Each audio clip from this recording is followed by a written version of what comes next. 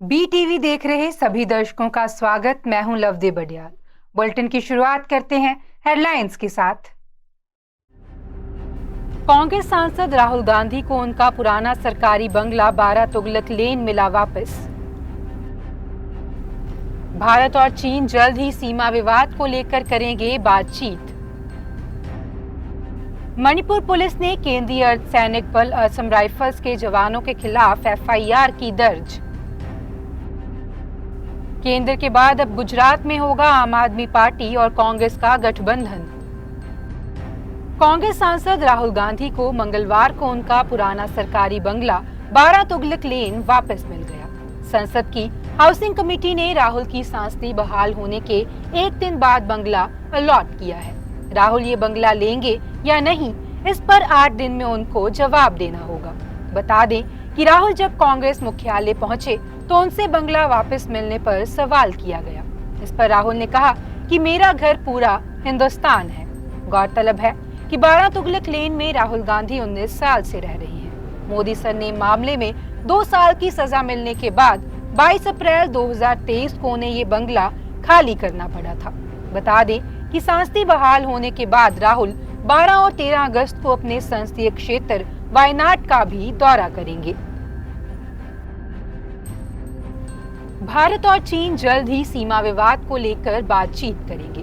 विदेश मंत्री एस जयशंकर ने कहा कि सीमा पर तनाव कम करने के लिए भारत और चीन के बीच बातचीत रुकी नहीं है और जल्द ही दोनों देशों के बीच बैठक होगी।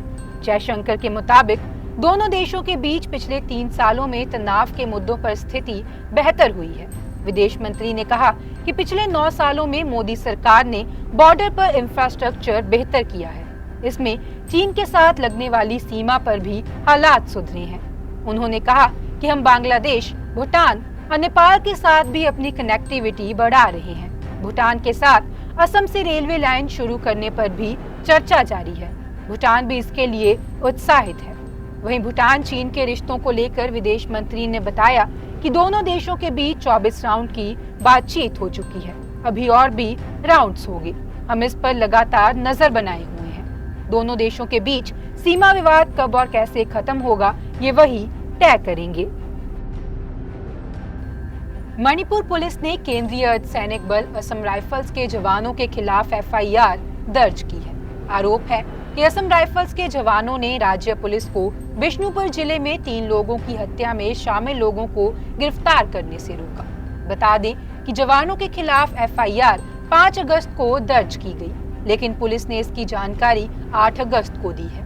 एफआईआर बिष्णुपुर जिले के फौगा कचाओ इस्खाई पुलिस थाने में दर्ज कराई गई है।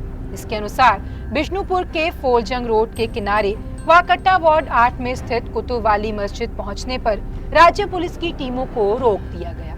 असम राइफल्स के नौजवानों ने अपने कैस्पर वाहन को वाकट्टा फोलजंग रोड के बीच में पार्क कर पुलिस का रास्ता रोका।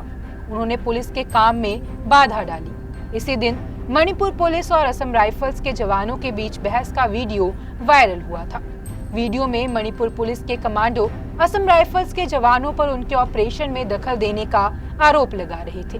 बता दें कि आज ही असम राइफल्स को हिंसा प्रभावित मणिपुर के बिष्णुपुर जिले से हटाया गया है। गौरतलब है कि असम राइफल्स केंद्रीय गृह मंत्रालय के अधीन आता है और सेना के ऑपरेशनल कंट्रोल में है। नूह में हिंसा के बाद हरियाणा में मुसलमानों के बहिष्कार और अलगाव के आह्वान के खिलाफ सुप्रीम कोर्ट में याचिका दायर की गई।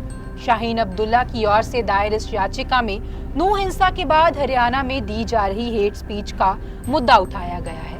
बता दें कि 2 अगस्त को हिसार जिले के हांसी में हिंदू संगठनों की ओर से निकाली गई एक यात्रा से जुड़े वीडियो का हवाला भी इस याचिका में दिया गया है।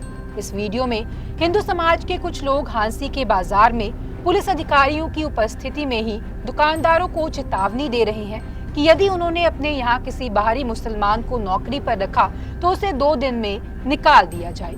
ऐसा ना करने पर दुकानों के बाहर पोस्टर लगाते हुए दुकानदारों का बहिष्कार किए जाने की बात भी ये लोग कहते हुए नजर आते हैं। सुप्रीम कोर्ट में दायर याचिका में ऐसे लोगों की हेट स्पीच पर रोक लगाने की गुहार लगाई गई है। इस याचिका के बारे में सुप्रीम कोर्ट के सीनियर एडवोकेट कपिल सिब्बल ने chief justice of India DY Chandrachud को उस समय बताया जब उनकी बेंच जम्मू कश्मीर में अनुच्छेद 370 खत्म करने संबंधी केस पर सुनवाई के दौरान लंच ब्रेक पर गई। CGI के सामने सिब्बल ने कुछ उदाहरण देते हुए बताया कि हरियाणा में कुछ लोगों द्वारा एक विशेष समुदाय से जुड़े लोगों को रोजगार देने वालों को गद्दार के रूप में संबोधित किया जा रहा है। केंद्र के बाद अब गुजरात में भी आम आदमी पार्टी और कांग्रेस का गठबंधन होगा। आम आदमी पार्टी के प्रदेश प्रमुख इसुदान गढ़वी ने कहा कि गुजरात में भी हमारी पार्टी इंडिया अलायंस में है। हम लोकसभा चुनाव कांग्रेस के साथ मिलकर लड़ेंगे। पार्टी कार्यालय में एक प्रेस कॉन्फ्रेंस में इसुदान गढ़वी ने कहा कि दोनों पार्टियां कितनी सीटों पर चुनाव लड़ेंगी, इसके बारे में दोनों पार्टियों के वरिष्ठ नेताओं से विचार विमर्श किया जाएगा। जल्द ही इसके बारे में विस्तृत जानकारी दी जाएगी। गढ़वी ने कहा कि गुजरात की जनता के मुद्दों को हम एक साथ उठाएंगे और भ्रष्टाचार को खत्म करेंगे। गढ़वी ने कहा कि दिल्ली में पिछले काफी सालों से आम आदमी पार्टी की सरकार है। इससे पहले वहां कांग्रेस की सरकार थी। बीजेपी दिल्ली में जीत नहीं पाती, इसलिए अब बिल लेकर आई है जिससे कि आम आदमी पार्टी को रोका जा सके।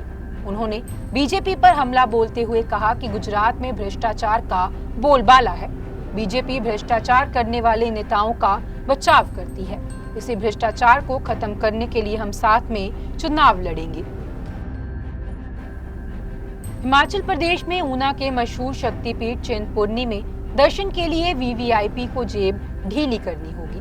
मंदिर ट्रस्ट ने इसके लिए सुगम दर्शन प्रणाली विकसित की है। इसके तहत VVIP को माता के दर्शन के लिए अलग लाइन में खड़ा किया जाएगा। इसके बाद में VVIP श्रद्धालुओं से शुल्क लिया जाएगा। VVIP को 1100 रुपए की पर्ची कटानी होगी, जिसमें 5 श्रद्धालु माता के दरबार में हाजिरी भर सकेंगे। दूसरी कैटेगरी में 65 वर्ष से अधिक आयु के बुजुर्गों को एक अटेंडेंट के साथ 50 रुपए देने होंगे। तीसरी श्रेणी में दिव्यांगों को भी एक अटेंडेंट के साथ 50 रुपए देने होंगे। वहीं आम श्रद्धालु पहले की तरह मुफ्त में दर्शन कर सकेंगे। बता दें कि चौथी कैटेगरी में मंत्री, विधायकों और सांसदों के लिए दर्शन निःशुल्क रखे गए हैं। इनकी कोई पर्ची नहीं काटी जाएगी। हालांकि दर्शन के लिए इन्हें भी अलग VVIP लाइन में खड़ा किया जाएगा।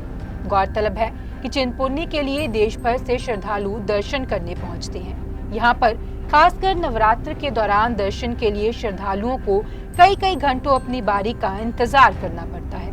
ऐसे में VVIP के आने से श्रद्धालुओं का इंतजार और बढ़ जाता है। अब शुल्क करने से एक तो आय होगी और दूसरा आम श्रद्धालुओं की लाइन के इतर इनकी अलग पंक्ति होगी। वहीं SDM विवेक महाजन ने बताया कि मंगलवार से ये व्यवस्था लागू की गई है। अभी इसे ट्रायल के तौर पर शुरू किया गया है। एक दिन में सिर्फ 500 पास बनाकर VVIP को दर्शन की अनुमति दी जाएगी ताकि पंक्ति व्यवस्था प्रभावित न हो। इमरान खान को तोशाखाना भ्रष्टाचार मामले में इस्लामाबाद की एक निचली अदालत द्वारा दोषी ठहराए जाने के तुरंत बाद शनिवार को लाहौर में उनके घर से उन्हें गिरफ्तार कर लिया गया। लेकिन इमरान अब अपनी रिहाई को लेकर खूब हाथ पैर मार रही हैं। बता दें कि उन्होंने मंगलवार को अपनी सजा को चुनौती देते हुए इस्लामाबाद हाई कोर्ट में अपील की और निचली अदालत के न्यायाधीश को पक्षपात करने वाला बताया। साथ ही कहा कि ये न्याय के चेहरे पर एक तमाचा है। बता दें कि इमरान खान ने इस्लामाबाद उच्च न्यायालय में एक याचिका दायर करके भ्रष्टाचार के एक मामले में अपनी 2 सिद्धि और 3 साल की जेल की सजा के खिलाफ अपील की है। ये अर्जी पूर्व प्रधानमंत्री इमरान के वकील ख्वाजा हारिस और गौहर अली खान ने दायर की है। फैसले को रद्द करने की मांग करने वाली याचिका में कहा गया है कि तोशाखाना मामले में ट्रायल कोर्ट का फैसला कानून के खिलाफ है। याचिकाकर्ता के वकीलों ने इस्लामाबाद उच्च न्यायालय से केंद्रीय अपील पर फैसला आने तक सजा को निलंबित कर इमरान खान की रिहाई का आदेश जारी करने का अनुरोध किया है। इमरान खान की याचिका में कहा गया है कि निचली अदालत के न्यायाधीश द्वारा दिया गया फैसला पक्षपातपूर्ण है और कानून की नजर में अमान्य है और इसे रद्द किया जाना चाहिए। आज के बुलेटिन में फिलहाल इतना ही। आप देखते रहें BTV, be positive, be yourself.